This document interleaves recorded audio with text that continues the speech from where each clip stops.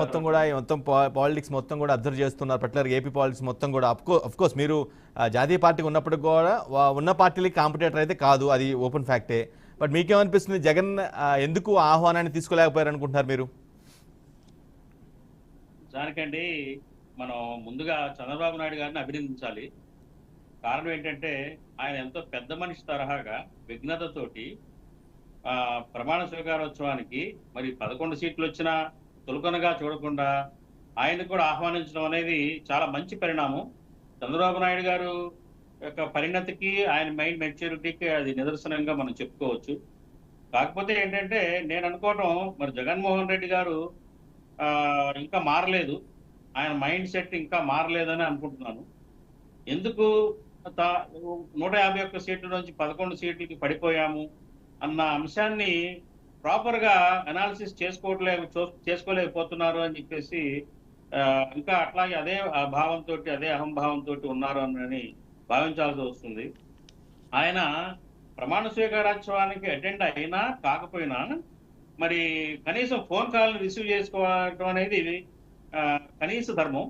మరి అది కూడా మరి మనం మీడియాలో వస్తున్న వార్తలను చూస్తుంటే కనుక ఫోన్ కూడా అందుబాటులో రాలేదు అనేది వింటే కనుక కొంచెం ఆయన అది కరెక్ట్ కాదనిపిస్తా ఉంది ఆయన విధానం. ఎందుకంటే మరి నిజంగా ఏంటంటే 151 సీట్లు సాధించి 5 ఏళ్ళు పరిపాలించి మళ్ళీ వై నాట్ 175, మేము 175కి 175 సాధిస్తామనే ఒక అహంకారంతో అనుకోండి, మితిమీరిన విశ్వాసంతో అనుకోండి మాట్లాడిన వ్యక్తి 11కి పడిపోవడం వల్ల సహజంగానే కొంత జీర్ణించుకోలేని పరిస్థితి కలుగుతుంది. నేను కూడా అలాంటి స్థితిలోనే ఆయన ఉన్నారేమో, ఆ ఓటమిని జీర్ణించుకునే స్థితిలో ఉండిపోయి ఇంకా ఆయన బయటకు రాలేదేమో ఆ ఆవేదన నుంచి, ఆ బాధ నుంచి అని అనుకోవాల్సి వస్తుంది. అంతేకాకుండా ఏంటంటే ఆయన ఓడిపోయిన తర్వాత మీడియాతో మాట్లాడుతూ చెప్పారు ఏమని, మేము తప్పకుండా మళ్ళీ పైకి లేస్తాము, మళ్ళీ ప్రజల పక్షాన పోరాటం చేస్తాము అని చెప్పారు.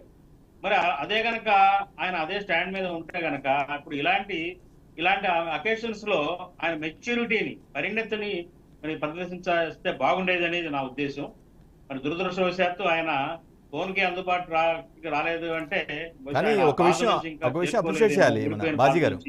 ఒక విషయం మాత్రం ప్రాపర్గా మనం అప్రిషియేట్ చేయాల్సిన అవసరం ఉంది. ఎందుకంటే అంత ఘోర లాస్ తర్వాత కూడా ఆయన అందరికంటే ముందుగానే ఒక పార్టీ అధినేత ఉండి సీఎం హోదాలో ఉండి ముందుకొచ్చి మాట్లాడారు. అఫ్కోర్స్ ఆయన చెప్పిన మాటలు పక్కన పెడితే ఫేస్ చేసే గట్స్ అయితే చూపించారు. అఫ్కోర్స్ అండి, ప్రజాస్వామ్యంలో అండి జగన్మోహన్ రెడ్డి గారి విషయమే కాదండి, ఎవరైనా కానీ ఒక ప్రజాస్వామ్యం ప్రజల పక్షాన పనిచేస్తున్న డెమోక్రటిక్ పార్టీస్ లీడర్స్ కానీ ప్రతినిధులు ఎవరైనా కానీ మరి ప్రజలకు జవాబుదారీ చెప్పాలి. ఎందుకు గెలిచామో చెప్పాలి, గెలిచి ఏం చేస్తామో చెప్పాలి, ఎందుకు ఓడారో చెప్పాలి, ఓడిన తర్వాత తన పాత్ర ఏంటో చెప్పాలి. అది చెప్పాల్సిన ధర్మం ఉంది, ఆ ధర్మాన్ని ఆయన నిర్వర్తించారండి. దాంట్లో మనం అప్రిషియేట్ చేయాల్సింది ఏం లేదండి. అది ఎవరైనా చేస్తారు. అది జగన్మోహన్ రెడ్డి అనే గారనే కాదండి, ఏ పార్టీ అయినా కానీ ఓడిపోయిన తర్వాత గెలిచిన తర్వాత ఒక బాధ్యతను తీసుకొని ఆ ప్రజలకి వివరించాల్సిన అవసరం ఉంది. కాబట్టి అది నిర్వర్తించారు. అంతవరకు ఓకే, బాగానే ఉంది. కానీ ఇంకా అక్కడితో ఆగిపోలేదు, ఇంకా చాలా బాధ్యత ఉంది ఆయనకి. చాలా ఇప్పుడు ఇంకా 5 ఏళ్ళు పాటు మరి పాలన ఎలా ఉందో చూడాలి. అట్లాగే ప్రతిపక్ష పార్టీగా వాళ్ళ పాత్ర కూడా వాళ్ళు నిర్వర్తించాలి. ప్రభుత్వం చేపట్టే అంశాలు కానివ్వండి, ప్రభుత్వం పని విధానం పట్ల కూడా మరి ప్రతిపక్షాలు కరెక్ట్ సెన్స్, ఎందుకంటే ఇవాళ ప్రతిపక్షం అనేది లేదు. ఆల్మోస్ట్ 11 సీట్లే ఉన్నాయి. మరి 11 మంది కూడా రేపు అసెంబ్లీలో ఎంతమందికి వస్తారో, ఎంతమంది మిగిలిపోతారో కూడా మనం ఆలోచించాల్సిన అంశమే, సందేహాస్పదంగానే ఉంది. మరి ఈ సంఖ్య 124 సంఖ్యని ఈ 11 మంది ఇంకా అంతకంటే తగ్గితే వాళ్ళు ఎలా ఎదుర్కొంటారు? ఎలా ప్రజాగళాన్ని, ఒకవేళ ఇప్పుడున్న ఈ తెలుగుదేశం పార్టీ ప్రభుత్వం ఏదైనా తప్పుడు నిర్ణయాలు తీసుకున్నా లేదా సరైన వాళ్ళు ప్రకటించిన హామీలని నెరవేర్చలేకపోయినా ప్రాపర్ గా మరి ప్రశ్నించే గొంతు కూడా కావాలి. మరి ఆ ప్రశ్నించే గొంతుగా మరి వైసీపీ పార్టీ నిలబడుతుందా అసెంబ్లీలో కానీ బయట కానీ అనేది మనం వేచి చూడాల్సి ఉంది. నేను అనుకోవటం జగన్మోహన్ రెడ్డి గారు అంత పెరిగితనంగా పక్కకి కాడి కింద పడేసి వెళ్లే రకం కాదని నా ఉద్దేశం. మీరు అన్నట్టు ఏంటంటే ఫేస్ చేసి గట్స్ ఉన్నాయి. కాకపోతే ఏంటంటే ఇలాంటి సందర్భంలో కొంచెం పరిణతి చూపిస్తే బాగుంటుంది అనేది నా ఉద్దేశం. నేను రేపు రాబోయే కాలంలో మరి ఇందా విజయలక్ష్మి గారు అంటున్నారు మరి వేచి చూడాలి. ఇంకా ఆయన ఇచ్చిన హామీలు మరి ఇంటింటికి ఇంట్లో ఉన్న పిల్లలందరికీ కూడా మరి అది స్కీమ్ అమలు చేస్తారా లేదా అనే అనుమానాస్పదంగా మాట్లాడుతున్నారు. ఆవిడ వెయిట్ చూస్తుంది. ఆయన చెప్పిన హామీలను అమలు చేయకూడదని వెయిట్ చేస్తున్నారు. మరి మరి దేనికి మళ్ళీ వెయిట్ చేస్తున్నారో నాకు అర్థం కాదు. మర్మగర్భంగా చెప్పారు ఆవిడ.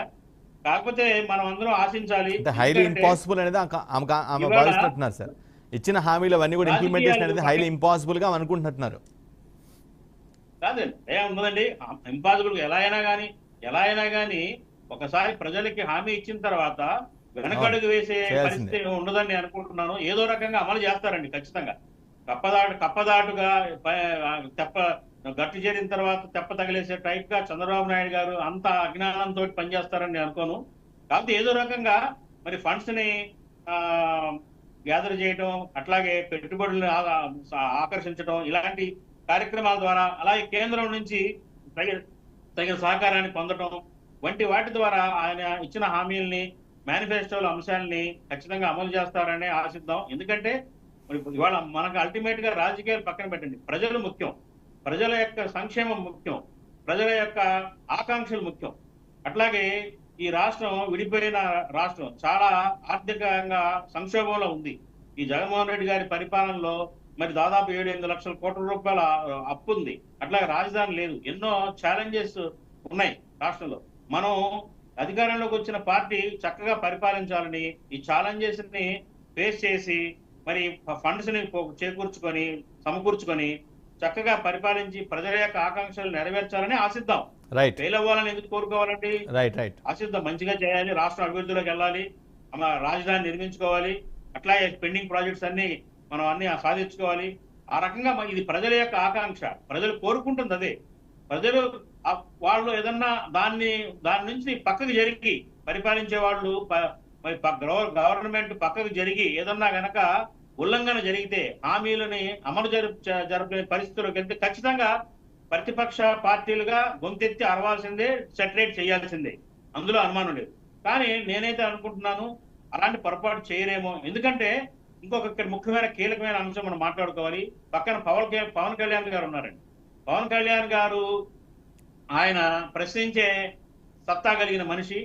ఆయన గవర్నమెంట్ లో ఉన్నప్పటికీ కూడా ఒకవేళ చంద్రబాబు నాయుడు గారు ఇచ్చిన హామీలు నెరవేర్చకుండా ఏదైనా దాటవేసే ప్రయత్నం చేసినా మరి పవన్ కళ్యాణ్ గారు అయితే ఊరుకుంటారని నేను అనుకోవట్లేదు. ఖచ్చితంగా ఆయన నిలదీస్తారు. వాటిని కరెక్ట్ గా అమలు జరిగేటట్టుగా మరి సెటరేట్ చేస్తూ